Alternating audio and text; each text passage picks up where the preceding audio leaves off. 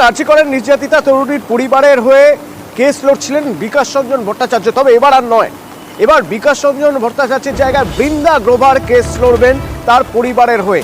কেন?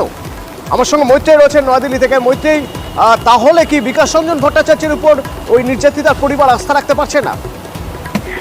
দেখো, যেটুকু জানা যাচ্ছে যে বৃন্দা গ্রোভারকে নিয়োগ করার পিছনে তাদের যে যুক্তি ছিল, তারা দিল্লির কোনো আইনজীবীকে তারা নিয়োগ করতে চাইছিলেন এবং বিকাশ রঞ্জন ভট্টাচার্যও তিনিও তেমনটা জানিয়েছেন যে নির্যাতিতার পরিবার তারা দিল্লির কোনো আইনজীবীকে নিয়োগ করতে চাইছিলেন এবং সেক্ষেত্রে দাঁড়িয়ে বৃন্দা গ্রোভার অত্যন্ত স্বনামধন্য মানবাধিকার আইনজীবী এবং সেক্ষেত্রে তাকেই নিয়োগ করার সিদ্ধান্ত নেন নির্যাতিতার পরিজনেরা।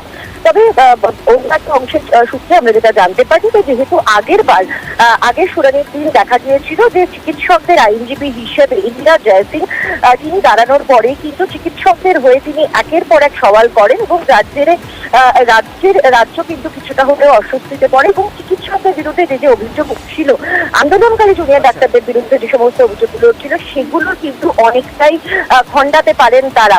ফলে সেই জায়গায় দাঁড়িয়েই তারা চাইছেন যে দিল্লির কোনো আইনজীবী এবং সেই কারণেই বৃন্দা গ্রোভারকে নিয়োগ করা হয়েছে নির্যাতিতার পরিবারের তরফ থেকে। এবং আগামী শুনানিতে অর্থাৎ 30 তারিখ যে পরবর্তী শুনানি রয়েছে আরজিকর মামলার, আমরা জানতে পারছি যে সেদিন নির্যাতিতার পরিবার হয়ে বৃন্দা গ্রোভার সওয়াল করবেন।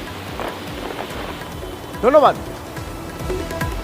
ঝিরঝির করে বৃষ্টি হচ্ছে, টানা বৃষ্টি। এই দুর্যোগে দুর্ভোগ আমার